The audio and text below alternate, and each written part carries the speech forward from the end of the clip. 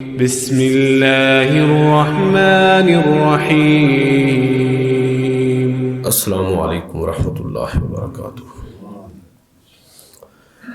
نحمدہ ونصلی ونسلم علی رسولہ الکریم، اما بعد فاعوذ باللہ من الشیطان الرجیم، بسم اللہ الرحمن الرحیم۔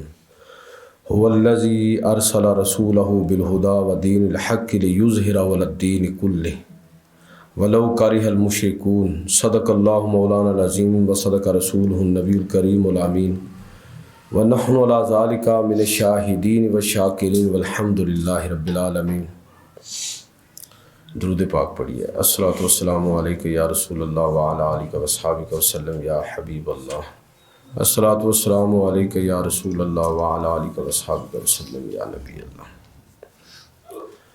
وجب الاحترام سامعین و حاضرین، اللہ کے فضل اور توفیق سے آج کے خطبہ جمعۃ المبارک میں چند باتیں جس موضوع پر عرض کرنا چاہتا ہوں وہ یہ ہے کہ اللہ کے پیغمبر صلی اللہ علیہ وسلم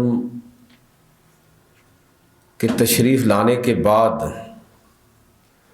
کس طرح کی اعتقادی، اخلاقی، سماجی کس طرح کی خرابیاں تھیں جن کی اصلاح ہوئی ہے، اور تھوڑا سا میں تذکرہ کروں گا کہ اس حوالے سے جو اصلاحات آپ صلی اللہ علیہ وسلم نے فرمائی ہیں تو وہ اصلاحات کیا ہیں۔ نبی کریم صلی اللہ علیہ وسلم آپ سے پہلے بھی انبیاء آئے اور ایک کے بعد دوسرے نبی کی آمد کا مقصد ایک ہی رہا ہے، حضرت آدم سے شروع ہونے والے دین کی دعوت اور تبلیغ، اور نبی صلی اللہ علیہ وسلم کے دور تک جو بھی جس طرح کی بھی خرابیاں لوگوں کے اعتقادات کے اندر پیدا ہوئیں، چونکہ ایک طویل عرصہ حضرت عیسیٰ علیہ السلام کے بعد گزرا اور تقریباً 571 سال بعد حضرت عیسیٰ علیہ السلام کے اس دنیا سے اٹھائے جانے کے بعد نبی صلی اللہ علیہ وسلم کی ولادت ہوئی ہے۔ تو اس تناظر میں بہت ساری خرابیاں سماجی، معاشرتی، اعتقادی وہ دنیا کے اندر آ چکی تھی، تو اللہ تعالیٰ نے اپنے پیغمبر کو دین اسلام کا آخری اور حتمی ایڈیشن دے کر دنیا کے اندر مبعوث فرمایا، اور یہ اعلان فرما دیا کہ اب یہ دین محفوظ بھی رہے گا، کوئی مائی کا لال اس میں تبدیلی نہیں کر سکتا، اور یہ غالب بھی رہے گا۔ غالب کس طرح رہے گا؟ یعنی یہ ہو سکتا ہے کہ اسلام نہیں کہنا چاہیے بلکہ کہہ لیں مسلمان، یہ ہو سکتا ہے کہ مسلمان سیاسی طور پر مغلوب ہو جائیں، معاشی طور پر دوسری قومیں ان پر غلبہ پا لیں، لیکن فکری اعتبار سے اسلام کبھی زوال کا شکار نہیں ہوگا۔ اس کی وجہ اور سبب کیا ہے کہ وہ ایسے دلائل اور ایسی تعلیمات رکھتا ہے جو دلائل ہر دور کے اندر غالب آنے والے ہیں، اور تعلیمات ایسی ہیں کہ ہر دور کی عقل اور دانش کو اپنی طرف متوجہ کرنے والی ہیں۔ تو نبی رحمت صلی اللہ علیہ وسلم اس دین کے ساتھ مبعوث ہوئے، اس کے آخری اور حتمی ایڈیشن کے ساتھ مبعوث ہوئے، اور اللہ نے اعلان فرما دیا کہ هو الذی ارسل رسولہ بالہدی ودین الحق لیظہرہ علی الدین کلہ، کہ تمام ادیان پر اب اس کو غالب۔ اور یہ بات اگرچہ کتنی ہی لوگوں کو ناپسند کیوں نہ ہو، لیکن اللہ نے اپنے نبی کو بھیج دیا ہے ہدایت اور دین حق کے ساتھ، اور اب اس کا غلبہ قیامت تک رہے گا۔ اللہ کے نبی صلی اللہ علیہ وسلم نے کیا اصلاحات کی؟ ان اصلاحات کو ہم کئی جہات سے اور کئی پہلوؤں سے دیکھ سکتے ہیں۔ مثلا ایک دور میں یہ تصور تھا کہ محض عقیدہ جو ہے یہ کامیابی کے لیے کافی ہے، سچ کوئی عمل کی ضرورت نہیں ہے، بس آپ نے عقیدہ قبول کر لیا، ایمان لے آئے تو آپ کی کامیابی اور رستگاری کے لیے یہ کافی ہے۔ نبی کریم صلی اللہ علیہ وسلم نے اس چیز کو بھی بالکل نکھار کر بیان کر دیا کہ یاد رکھو کہ ایمان ایک دعویٰ ہے اور عمل صالح اس کی دلیل ہے، یہ دونوں ساتھ ہوں گے، لازم و ملزوم ہوں گے۔ عمل کے بغیر ایمان ایک ایسا دعویٰ ہے جو بغیر دلیل کے ہے۔ جس طرح دنیا کے اندر ہم کوئی کسی کا دعویٰ قبول نہیں کرتے جب تک اس کی شہادتیں موجود نہ ہو، گواہیاں موجود نہ ہوں۔ محض دعویٰ کوئی حیثیت نہیں رکھتا۔ اس لیے سورۃ العصر کے اندر آپ وہ ساری تفصیلات پڑھتے ہیں کہ وَالْعَصْرِ إِنَّ الْإِنسَانَ لَفِي خُسْرٍ إِلَّا الَّذِينَ آمَنُوا وَعَمِلُوا الصَّالِحَاتِ وَتَوَاصَوْا بِالْحَقِّ وَتَوَاصَوْا بِالصَّبْرِ۔ تو جب تک ایمان کے ساتھ عمل صالح شامل نہیں ہوگا اس وقت تک سارے انسان جو ہیں وہ خسارے میں ہوں گے۔ اس خسارے میں نکلنے والا کون ہے اس خسارے سے؟ وہ شخص ہے جو ایمان کے ساتھ ساتھ اپنے اس دعوے کو عمل کی دلیل کے ساتھ مزین کرتا ہے۔ لہذا میرے بھائیوں، اس بات کو بہت اچھی طرح ہمیں سمجھنا چاہیے کہ عمل کے بغیر دعوے کی کوئی حیثیت نہیں ہوگی۔ یہ زندگی عمل سے بنتی ہے، جنت بھی جہنم بھی۔ یہ خاکی اپنی فطرت میں نہ نوری ہے نہ ناری ہے۔ یہود و نصارہ کا کیا مسئلہ تھا؟ یہی مسئلہ تھا ان کا۔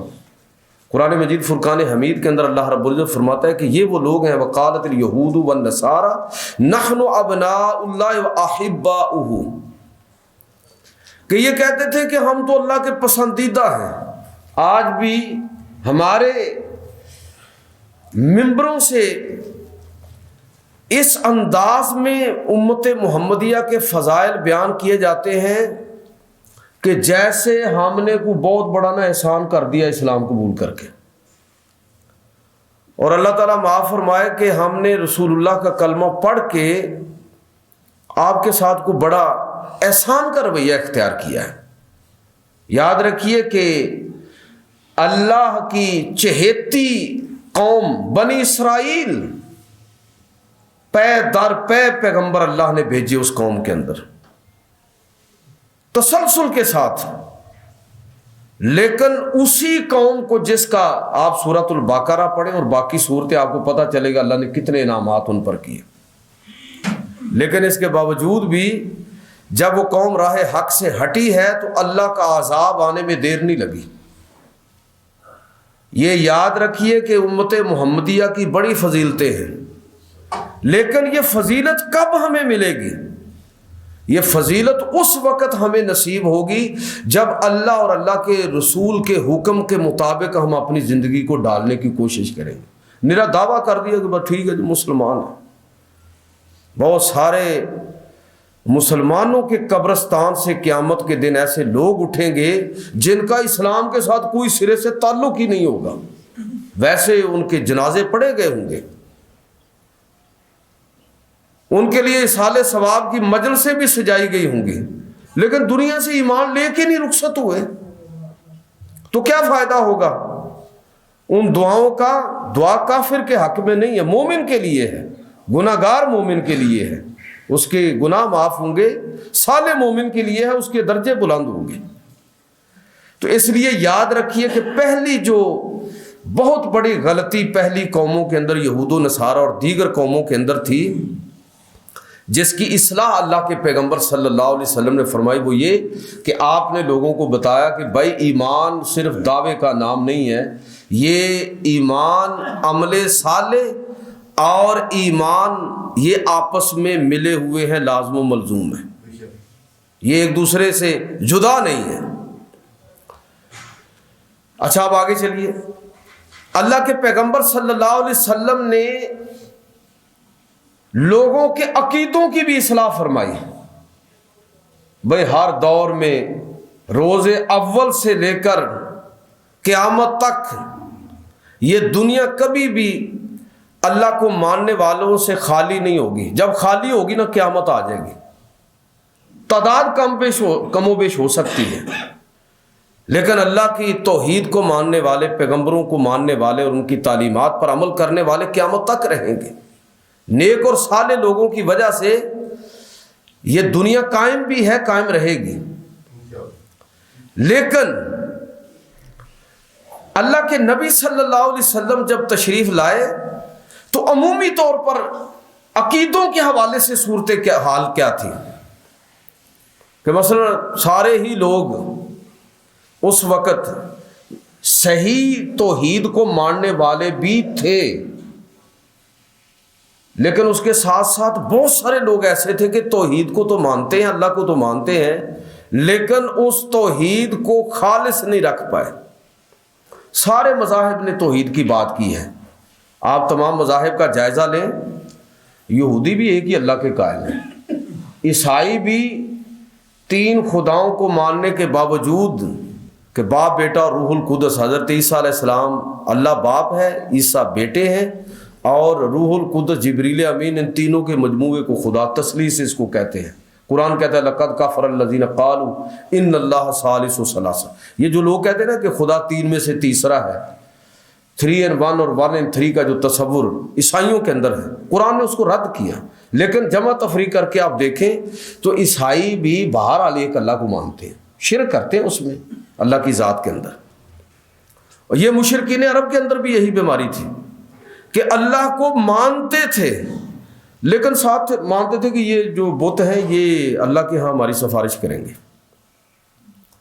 توحید کے قائل ہونے کے باوجود وہ مشرک قرار پائے، قرآن نے ان کو مشرک کہا ہے کہ اللہ تعالیٰ کی ذات، اس کی صفات، اس کے افعال اور اس کی عبادت کے اندر دوسروں کو شریک کرنا یہ شرک ہے، اور اللہ کے ہاں شرک کی معافی نہیں ہے۔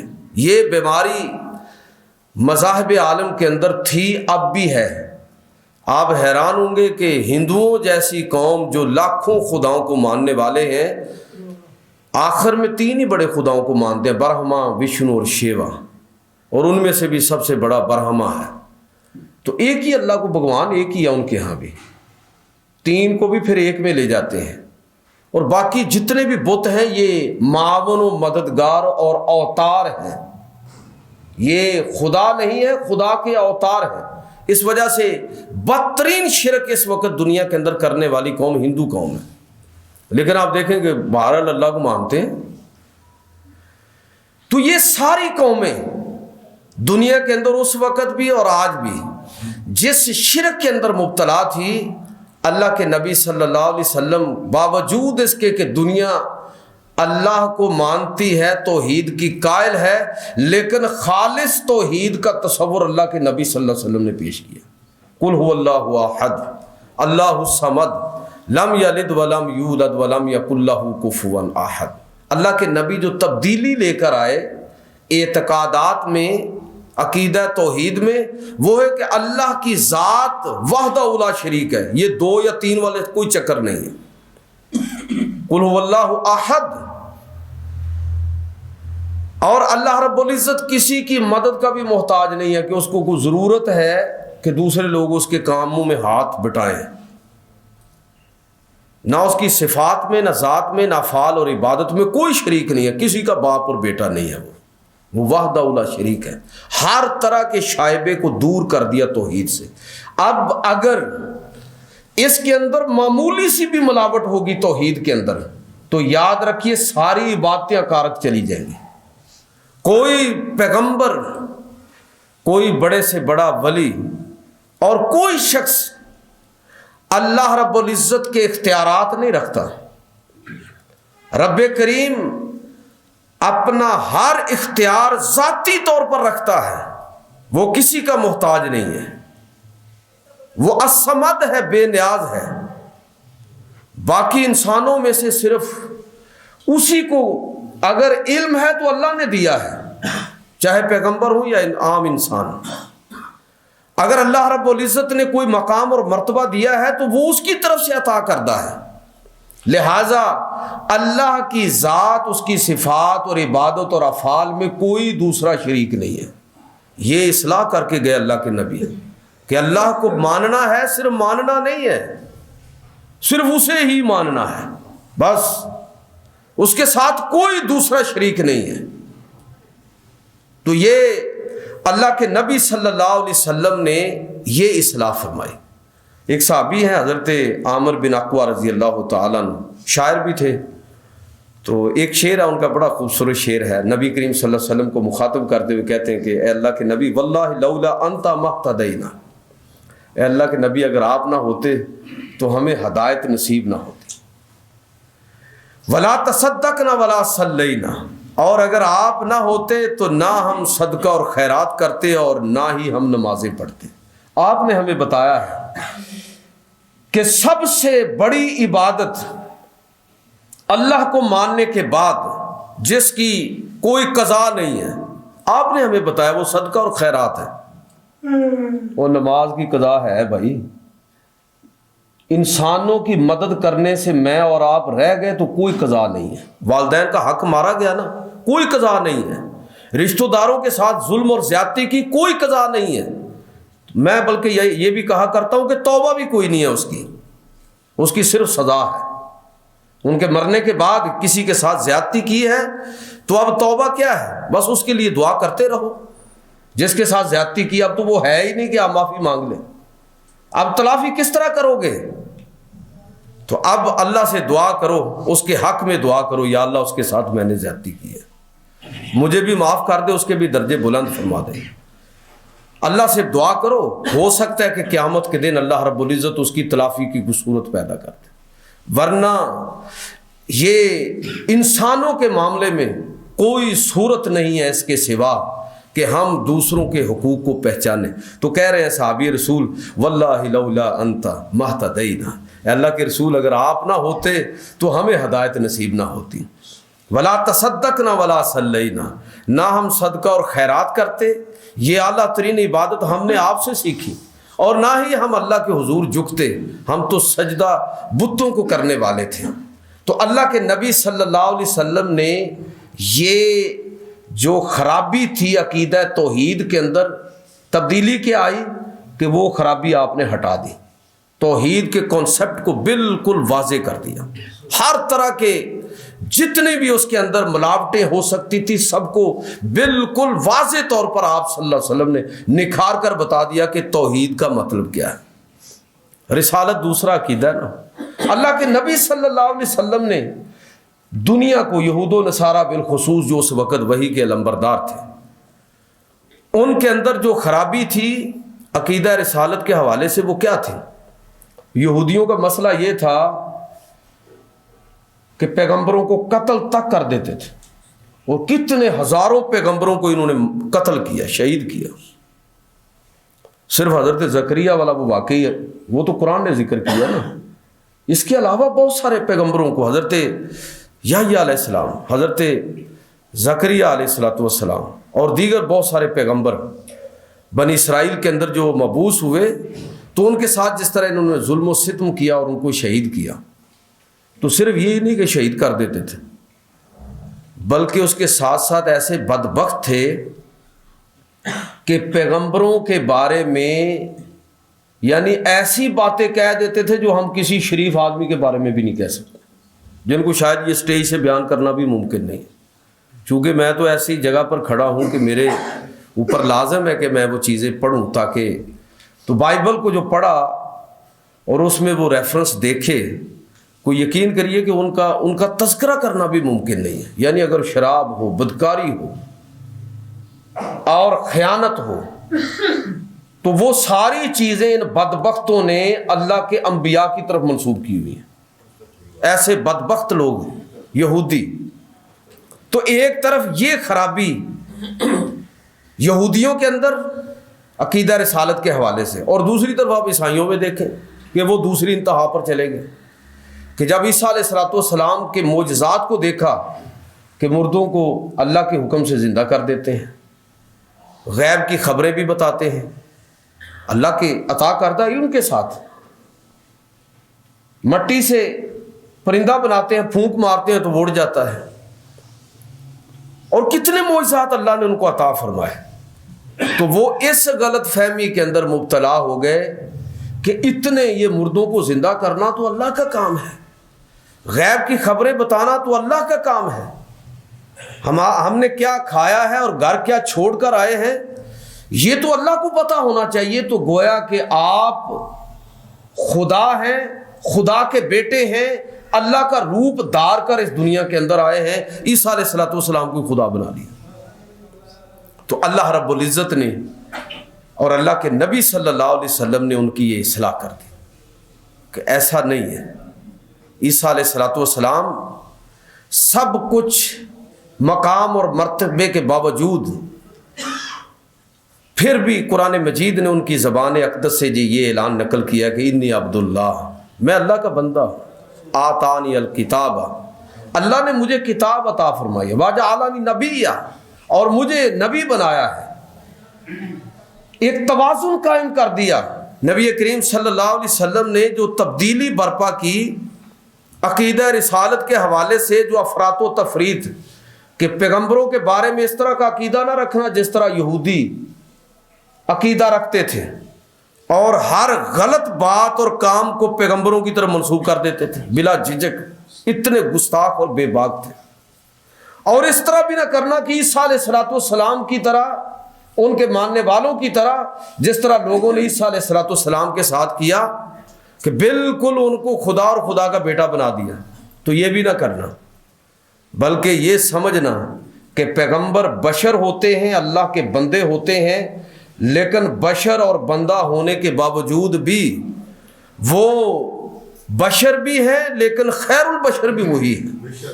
سب سے بڑھ کر مقام اور مرتبہ بھی انہی میں سے ہے. انسان ہونے کے باوجود سب انسانوں سے بڑھ کر بعد از خدائے بزرگ توئی قصہ مختصر, کہ یہ تمہیں ذہن میں رکھنا ہوگا کہ اللہ کے نبی انسان ہوتے ہیں, لیکن اس کے باوجود اللہ رب العزت نے ان کو جو شان اور مرتبہ عطا فرمایا ہے وہ اس مرتبے کی بنیاد پر وہ سب انسانوں سے برتر ہیں, بلند ہیں. اللہ کے بعد سب سے زیادہ فضیلت جو ہے وہ پیغمبروں کو حاصل ہے, اور پیغمبروں میں سب سے بڑھ کر حضور سید عالم صلی اللہ علیہ وسلم. تو عقیدہ رسالت کے حوالے سے جو افراط و تفریط تھی اس کی اصلاح فرمائی نبی کریم صلی اللہ علیہ وسلم نے. عقیدہ آخرت کے حوالے سے بھی اسی طرح کی چیزیں ان لوگوں کے ذہن میں تھیں کہ شاید کوئی خاص لوگ قیامت کے دن اللہ کے محبوب ہوں گے, وہ ویسے ہی بخشے جائیں گے. تو قرآن نے واضح کر دیا کہ ایسا نہیں ہوگا. یہود و نصارہ یہ سمجھتے تھے کہ ہم تو اللہ کے پسندیدہ ہیں, تو ہمارا حساب کتاب تو ہوگا نہیں, سیدھے جنت میں جائیں گے. فرما دیا ولا تزر وازرۃ وزر اخری, کوئی جان کسی دوسرے کا بوجھ نہیں اٹھائے گی. ولا تکسب کل نفس الا علیہا, ہر بندہ اپنے عمل کا خود ذمہ دار ہوگا. ولا تزر وازرۃ وزر اخری, اور کوئی کسی دوسرے کا بوجھ اٹھانے والا نہیں ہوگا. عمل کی بنیاد پر, عقیدے کی بنیاد پر انسان کی بخشش ہوگی, باقی ساری چیزیں اس کے بعد کی ہیں. تو کہنے کا مطلب یہ ہے کہ اگر ایمانیات کی بات کریں, توحید, رسالت اور آخرت کے حوالے سے اللہ کے نبی صلی اللہ علیہ وسلم نے وہ سارے تصورات جو دنیا کے اندر تھے, غلط تصورات, ان کی اصلاح کر کے عقیدہ توحید کو بھی نکھار دیا, عقیدہ رسالت کو بھی اور عقیدہ آخرت کو بھی. اب آئیے کہ نبی کریم صلی اللہ علیہ وسلم نے عبادات کا جو تصور دنیا کے اندر پایا جاتا تھا کہ عبادت میں کیا ہے, آج کل بھی وہ آپ کو چیزیں نظر آتی ہیں. کوئی مخصوص لباس, کوئی ظاہری وضاحت, کوئی خاص مقامات متعین کرنا. اللہ کے نبی نے متعین کر دیے کہ سب سے زیادہ فضیلت بیت اللہ کے اندر نماز پڑھنے کی وہاں پر ہے, اور اس کے بعد بیت المقدس اور مسجد نبوی دوسرے نمبر پر ہے, اور پھر بیت المقدس ہے. یہ 3 مقامات ہیں جن کی فضیلت ہے. باقی فضیلتیں جتنی بھی ہیں وہ جامع مسجد کی فضیلت عام مسجد کی نسبت یا وغیرہ وغیرہ, اس طرح کی چیزیں کہ بڑے اجتماع کی فضیلت. لیکن کوئی آدمی اپنے طور پر اس چیز کا تعین کرنے کی کوشش کرے, کسی خاص مقام کا یا کسی خاص وضع قطع کا یا کسی خاص لباس کا.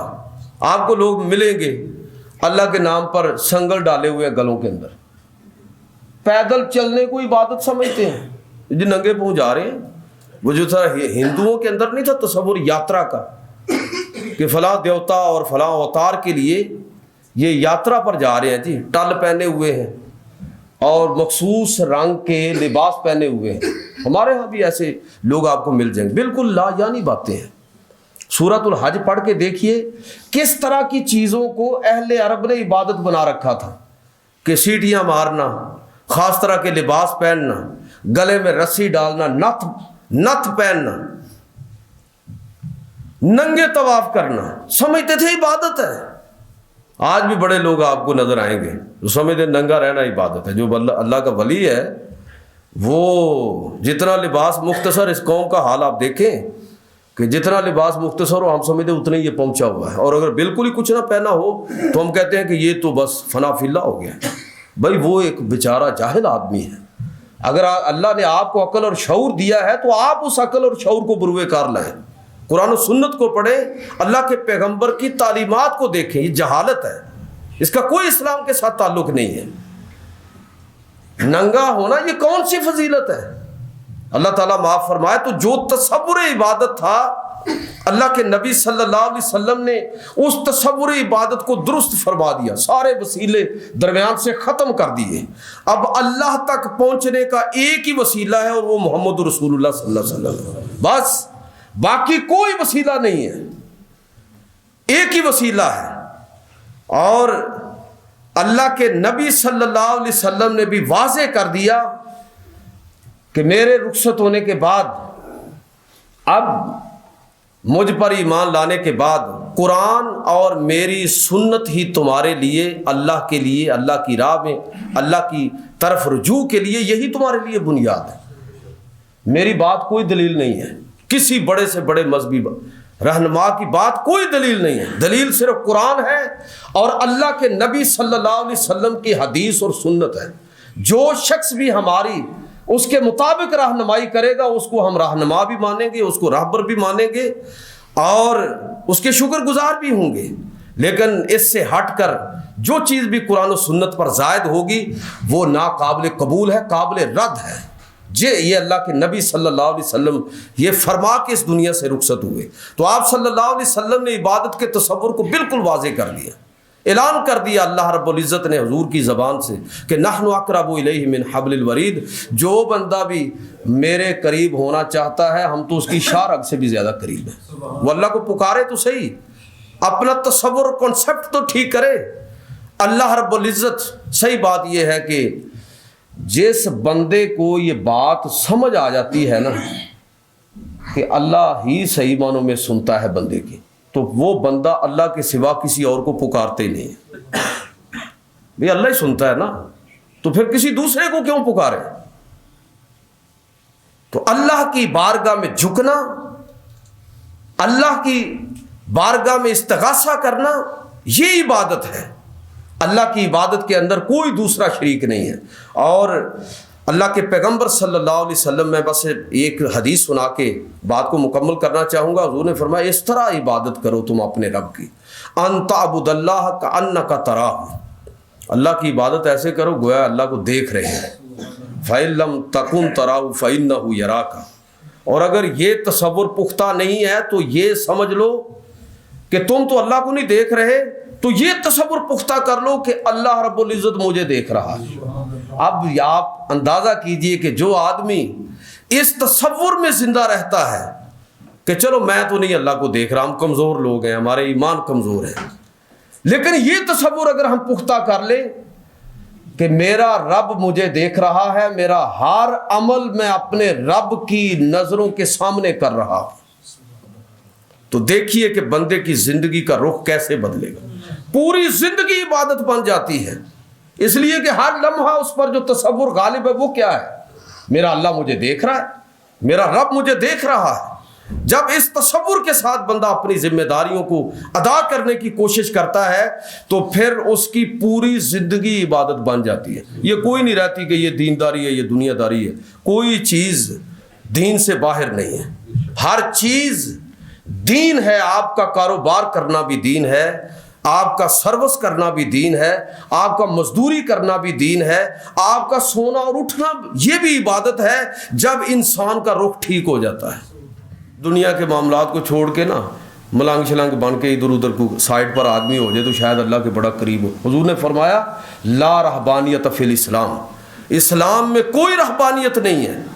دنیا کے اندر کھبو اور ان حالات کا مقابلہ کرو، قطع تعلق ہی نہیں، حالات کے اندر رہو۔